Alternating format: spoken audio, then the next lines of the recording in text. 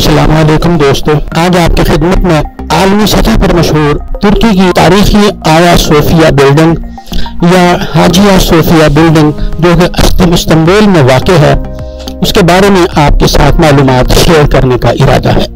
یہ بہت تاریخی مسجد ہے اور اس کے بارے میں معلومات آپ کو انشاءاللہ تعالی بہت فائدہ دے گی۔ چند دن میں ترکی کی انتظامی عدالت کونسل آف اسٹیٹ 1934 عیسوی کی حکومت کا وہ حکم نامہ منسوخ کرنے جا رہی ہے جس کے تحت استنبول میں واقع قدیم بلڈنگ آیا صوفیہ یا حاجیہ صوفیہ عمارت کو مسجد سے عجائب گھر میں تبدیل کر دیا گیا تھا۔ اس حکم نامے کی روح سے اب اس بلڈنگ کو پھر سے تقریباً 86 سال کے بعد مسجد میں تبدیل کر دیا جائے گا۔ اس بلڈنگ کو جو اس سے پہلے میوزیم کا درجہ رکھتی تھی، ترکی کے صدر رجب طیب اردوغان نے اپنی انتخابی مہم کے دوران اس میوزیم کو مسجد میں تبدیل کرنے کا وعدہ کیا تھا۔ Aya Sofya, ey muhteşem mabet, merak etme, Fatih'in torunları bütün putları devirip seni camiye çevirecekler. Tehlil ve tekbir sadayları boş kubbelerini yeniden dolduracak. İkinci bir fethi olacak. Sessiz ve öksüz minarelerden yükselen tekbir sesleri fezaları yeniden inletecek. Şerefelerin yine Allah'ın ve Hazreti Muhammed'in şerefine ışıl ışıl yanacak. Bu günler yakın, belki yarın, belki yarından da yakın. Hamdolsun işte o yarınlara kavuştuk. چونکہ یہ عمارت 1985 سے UNESCO کے عالمی ورثے میں شامل ہے، اس لیے یونیسکو عدالت کے اس فیصلے کی مخالفت کر رہا ہے۔ اس کے ساتھ ساتھ عالمی سطح پر کئی ممالک کی طرف سے بھی اس ممکنہ فیصلے کی مخالفت کی جا رہی ہے۔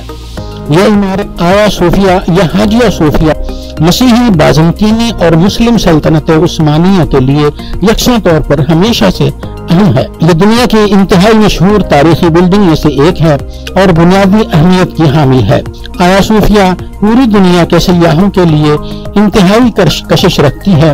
پوری دنیا سے سیاحوں کی ایک بڑی تعداد آیا صوفیہ کا وزٹ کرنے کے لیے پورا سال آتی رہتی ہے۔ بازنطینی طرز تعمیر کی حامل یہ عمارت 537 عیسوی میں تعمیر کی گئی تھی۔ 537 عیسوی سے لے کر اب تک آیا صوفیہ کی حیثیت 12 تبدیل کی جا چکی ہے۔ یہ عمارت سب سے پہلے روسی مشرقی آرتھوڈاکس گرجا گھر کے طور پر استعمال کی گئی۔ اس کے بعد عثمانیوں نے جب 1453 عیسوی میں استنبول فتح کیا تو اس عمارت کو مسجد کا درجہ دے دیا۔ اسی دور میں اس عمارت کے 4 مینار تعمیر کیے گئے اور غیر اسلامی تصاویر کو ختم کر کے اسلامی خطاطی کا کام کیا گیا۔ یہ کام مشہور ماہر تعمیرات سنان عثمانی نے سر انجام دیا۔ اس طرح 1934 میں جب ترکی پر جدیدیت کے علمبردار مصطفیٰ کمال پاشا کا غلبہ ہوا تو اس نے اس مسجد کی اسلامی حیثیت کو ختم کر کے اسے میوزیم کا درجہ دے دیا، مگر اب طیب رجب اردوغان کے عزم نے اسے دوبارہ مسجد کے قالب میں ڈھال کر اسلام کا جھنڈا پھر سے بلند کر دیا۔ آیا صوفیہ کو دوبارہ سے مسجد کا درجہ دینے کا وعدہ رجب طیب اردوغان نے 1994 عیسوی کی الیکشن مہم کے دوران کیا تھا جب وہ ناظم کا الیکشن لڑ رہے تھے۔ طیب رجب اردوغان نے 2018 میں یہاں قرآن کریم کی تلاوت بھی کی تھی۔ کہتے ہیں کہ 2019 میں 38 لاکھ وزٹرز نے آیا صوفیہ عمارت کا وزٹ کیا۔ حالیہ دنوں میں اس آیا صوفیہ عمارت میں مذہبی سرگرمیوں کا رجحان بھی بڑھتا ہوا دیکھنے میں آیا ہے۔ معزز دوستو، اب میں آپ کو پاکستان کے ایک مشہور کالمسٹ جناب وسعت اللہ خان صاحب کے آیا صوفیہ کے بارے میں لکھے گئے ایک کالم سے چند اقتباس پڑھ کر سناتا ہوں۔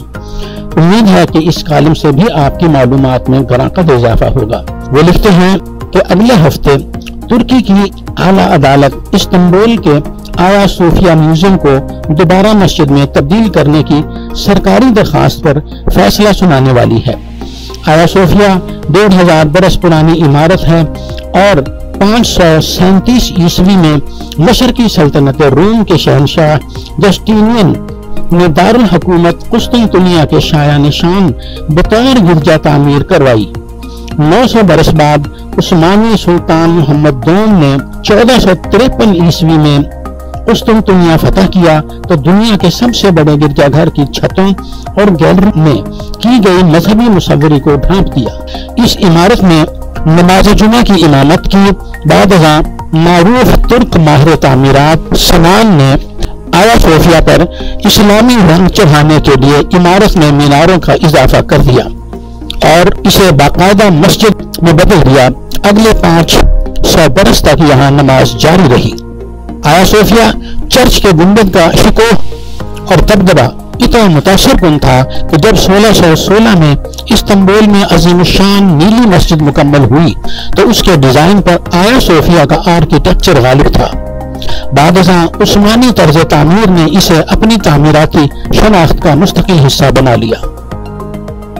پہلی عالمی جنگ کے بعد جب نوجوان ترک قوم پرستوں نے کمال اتاترک کی قیادت میں لاہور سلطنت عثمانیہ کا بیڑیا بستر لپیٹ کر سیکولر طرز حکومت کو اپنایا تو آیا صوفیہ کو مسجد سے میوزیم میں بدل کر رکھ دیا۔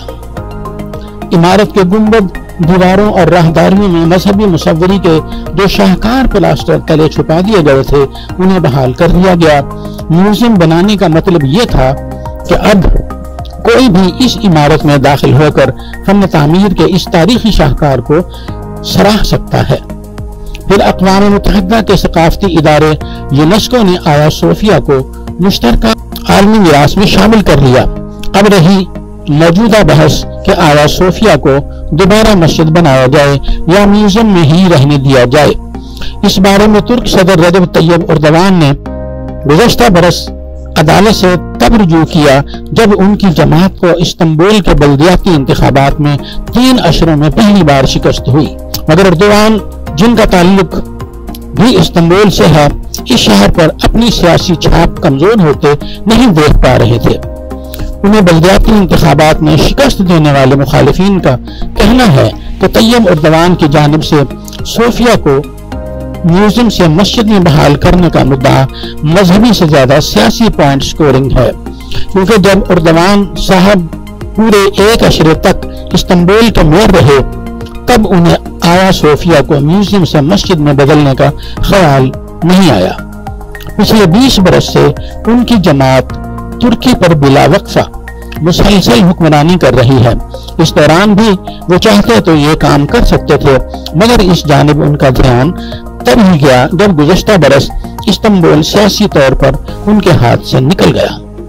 آیا صوفیہ کی حیثیت کے بارے میں چھڑنے والی بحث میں وقت کے ساتھ ساتھ اب مزید پرتوں کا بھی اضافہ ہو رہا ہے۔ مثلاً بہت سے ترک علماء کا کہنا ہے کہ ایک بار جو عمارت مسجد قرار پا جائے اس کی حیثیت نہیں بدلی جا سکتی، وہ ہمیشہ مسجد ہی رہے گی۔ البتہ کچھ اسکالرز یہ بھی کہتے ہیں کہ کسی اور عبادت گاہ کو مسجد میں تبدیل کرنا درست نہیں۔ اگر آیا صوفیہ کو میوزیم کے درجے سے ہٹا کر دوبارہ کسی عبادت گاہ میں ہی تبدیل کرنا ہے تو پھر اسے اس کی اوریجنل حیثیت یعنی چرچ کی شکل میں بحال کیا جائے۔ اس بحث میں یونیسکو کی دلیل ہے کہ ایک بار اگر کوئی تاریخی عمارت عالمی اثاثے کی فہرست میں شامل ہو جائے تو پھر اس کی شناخت اور حیثیت کو یونیسکو کی رضامندی کے بغیر تبدیل نہیں کیا جا سکتا۔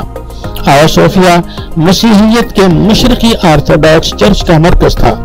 اس چرچ کے سربراہ آرچ بشپ بارتھولمیو آج بھی استنبول میں ہی رہتے ہیں، گویا استنبول مشرقی آرتھوڈاکس چرچ کا ویٹیکن ہے۔ بشپ بارتھولمیو کا کہنا ہے کہ تاریخی حقائق سے چھیڑ چھاڑ تکلیف دہ عمل ہے۔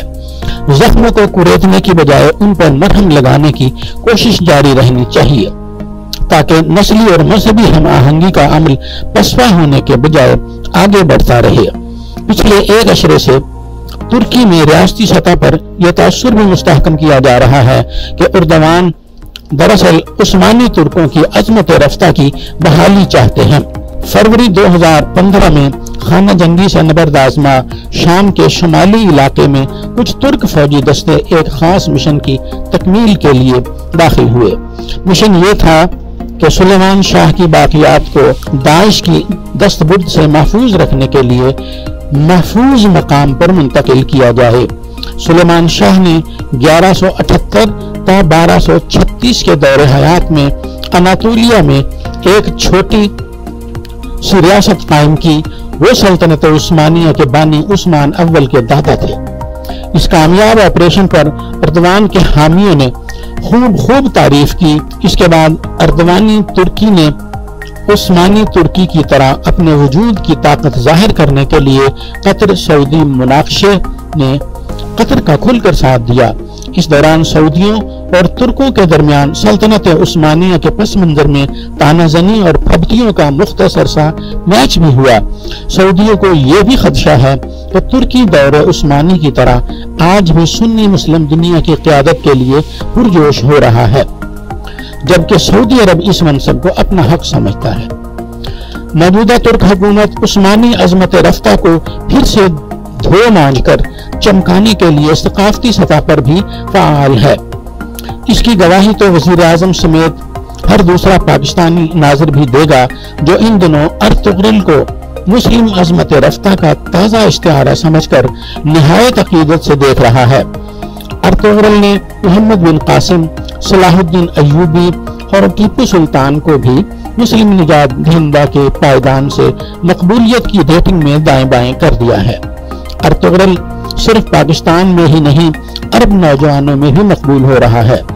چنانچہ مصر میں جنرل عبد الفتاح السیسی کی حکومت جو پتہ بھی کھڑکنے سے چوکنا ہو جاتی ہے، اس نے ارطغرل ٹیلی کاسٹ کرنے پر پابندی لگا دی ہے۔ خلیجی ریاستوں میں صرف قطر کے عوام ارطغرل کو کھلم کھلا دیکھ سکتے ہیں، جبکہ باقی ریاستوں میں عربی میں ڈب سی ڈیز کی مانگ میں اچانک اضافہ ہو گیا ہے۔ اقبال کی شعرۂ آفاق مسجد قرطبہ نظم کون بھول سکتا ہے؟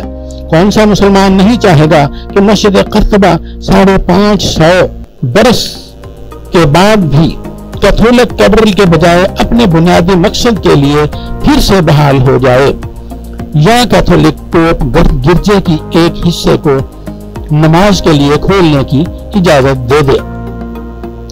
فرض کریں رجب طیب اردوان آیا صوفیہ کو میوزیم کی بجائے مسجد کی جگہ چرچ کی اوریجنل عمارت کے طور پر بحال کرنے کا اعلان کر دیں، تو کیا حکومت اسپین اور ویٹیکن پر مسجد قرطبہ کی کلی یا جزوی بحالی کے لیے اخلاقی دباؤ بڑھ سکتا ہے؟ کیا اردوان کے اس علامتی اقدام کا کوئی اثر ہوگا؟ میرے پاس ان سوالات کا کوئی قطعی جواب نہیں، مگر سوالات کرتے رہنا چاہیے۔ سوال ہی جواب کی سرنگ کا دروازہ ہوتے ہیں۔ دوستو، آج کے لیے اتنا ہی۔ انشاءاللہ جلد ہی ایک نئے موضوع کے ساتھ بندہ آپ کی خدمت میں حاضر ہوگا۔ تب تک کے لیے اللہ حافظ، اپنا خیال رکھیے گا۔